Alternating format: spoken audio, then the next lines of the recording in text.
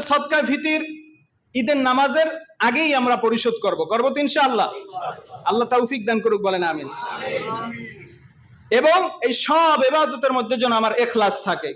কি থাকে? ইখলাস থাকে। চুপে চাপে মানুষকে দেখানোর জন্য না ভাই, একমাত্র আপনি আল্লাহকে দেখানোর জন্য কাজ করবেন। বরকত দিবেন কে? জোরে বলেন, কে দিবেন? শুধুমাত্র আল্লাহকে দেখানোর জন্যই কাজ করবেন। দুনিয়ার কোনো মানুষের যশ খ্যাতি, কোনো বাহাবা, কোনো নারায় তাকবীর, কোনো কিছু পাওয়ার জন্য আপনি যাকাত দিবেন না, সদকা ফিতরও আদায় করবেন না। একমাত্র আল্লাহ তাআলার জন্যই আপনি দান করবেন। যদি আপনার মধ্যে লৌকিকতা থাকে, যাকাত দিতেছেন আর মানুষকে দেখাইতেছেন, যাকাত দিতেছেন ফেসবুকে ছবি আপলোড করতেছেন, যাকাত দিতেছেন আর মানুষের কাছে ঘুরে বেড়াইতেছেন, বলে বেড়াইতেছেন যে আমি এবছর এত টাকা যাকাত দিলাম, তাহলে আল্লাহর আদালতে আপনি মনে হয় কিছুই পাবেন না। আপনার টাকাও গেল আর আপনি আল্লাহর কাছে কিছু পাইলেনও না, তাহলে লাভ কি হইল? লাভ হয়েছে কোনো?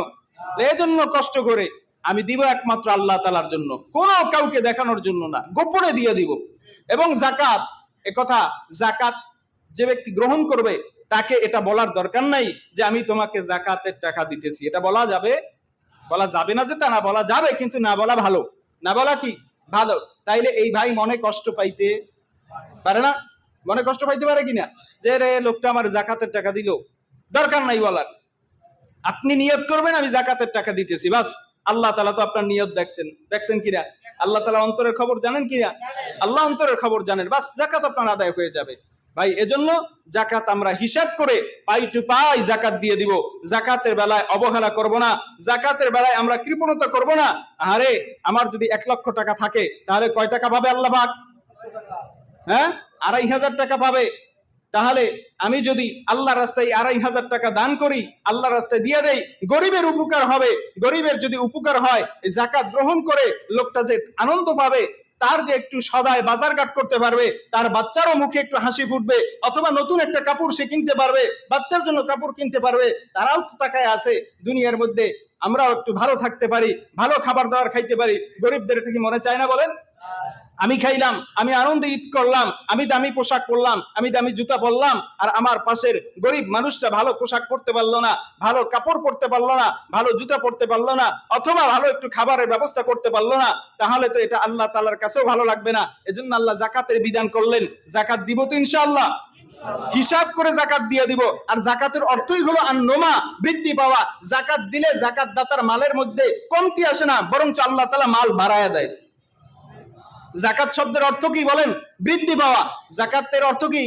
বৃদ্ধি পাওয়া। তাহলে যাকাতকে যাকাত এজন্যই বলা হয়। আরে যাকাত দিলে যাকাত দাতার মালের মধ্যে মোটেও কমতি আসে না, বরং যাকাত দিলে মাল বাড়ে। তাহলে আপনার মাল বাড়ুক, 1 লাখ টাকা থেকে 5 লাখ টাকা হোক, এটা না চায় কি? পাগলেও তো চায়, ঠিক কিনা বলেন?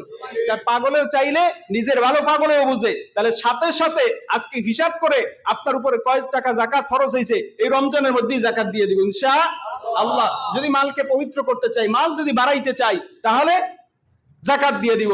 আর যদি আমি যাকাত আমার উপরে ফরজ হওয়ার পরেও যাকাত না দেই, তাহলে আমার এই টাকা কিয়ামতের ময়দানে সাপ হয়ে আমাকে খাবে। স্বর্ণ অলংকার গরমে উত্তপ্ত করে তারপরে সেক দিবে, সহ্য করা যাবে না। মানুষ দুনিয়াতে কয়দিন বাঁচে বলেন? কয়দিন দুনিয়াতে বাঁচে? কয়দিন দুনিয়াতে বাঁচবো? আমার টাকা পয়সা কি খাবে? এই অবস্থায় যদি মারা যাই, তাহলে আমার সাথে 3 খান পাতলা কাপড় ছাড়া আর কিছুই যাবে না। যাবে কিছু? গেঞ্জিটা পর্যন্ত বেলেট দিয়ে কেটে তারপরে রেখে যাবে, কাপড়টা খুলে রেখে দিবে, শুধুমাত্র 3 খান সাদা কাপড়, এটা আমার সাথে যাবে। আর আমার নেক আমলগুলি আমার সাথে যাবে, আর কিছুই আমার সাথে যাবে না।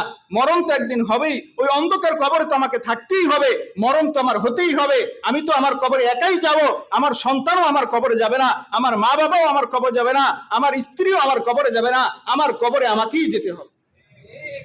আর মানুষ মরণশীল, মানুষ প্রত্যেকদিন মারা যায়। আহারে, গতকালকের বাগেরহাটের রামপালে একটা গাড়ি অ্যাক্সিডেন্ট হয়ে 15 জন মানুষ এক গাড়িতে ছিল, বিয়ার অনুষ্ঠান করে নতুন নববধূ নিয়া জামাই বউ একসাথে আসতেছিল। আল্লাহ পাক রব্বুল আলামিনের কি ফয়সালা! এই রমজান মাসে সামনে আর কয়েকটা দিন ঈদ বাকি আছে, তাদের মনেও তো ঈদের আনন্দ ছিল, নতুন বিবাহ করছে, বাসর ঘর করবে, সংসার করবে, সব মানুষগুলি মারা গেছে, 13 জন মারা গেছে, 2 জন মনে হয় এখন পর্যন্ত আছে, তাদেরও অবস্থা গুরুতর। না জানি আল্লাহ তাআলা তাদের কি অবস্থা হয়। আমরা আজকে এখান থেকে দোয়া করি আল্লাহ তাআলা যেই ভাইরা দুনিয়া থেকে বিদায় হয়ে গেছে আল্লাহ তাআলা তাদেরকে যেন জান্নাতের উচ্চ মাকাম দান করে। আর যাদের পরিবারের এই মানুষগুলি মারা গেছে, 13টা মানুষ যদি এক ফ্যামিলি থেকে, বিবাহের অনুষ্ঠানটা তো নিকট আত্মীয়ই হবে, তারা যে মারা গেল, আল্লাহ তাআলা যেন পরিবারকে সবরে জামিল, ধৈর্য ধারণ করার তৌফিক দান করে। একটা মানুষ মারা গেলেই তো সেই শোক সামাল দেওয়া কষ্ট, তাহলে এক আত্মীয় স্বজন ফ্যামিলি থেকে যদি 13 জন মানুষ মারা যায়, ওই ফ্যামিলির কি অবস্থা? আহারে, আল্লাহ তাআলা তাদেরকে সবরে জামিল অর্জন করার তৌফিক দান করুন, ধৈর্য ধারণ করার তৌফিক দান করুন। আল্লাহ তাআলা যেন এর বিনিময়ে দুনিয়া আখিরাতে আল্লাহ তাআলা যেন উত্তম প্রতিদান দান করে, বলেন আমিন। ভাইরা আমার, এজন্য আমরা সচেতন হই, আল্লাহ তাআলার কাছে ফিরে যাই, রমজানকে মূল্যায়ন করি। আল্লাহ তাআলা আমাদের সবাইকে কথাগুলি মানার, বোঝার, আমল করার তৌফিক দান করুক, আমিন। ওয়া আখির দাওয়ানা আলহামদুলিল্লাহি রাব্বিল আলামিন।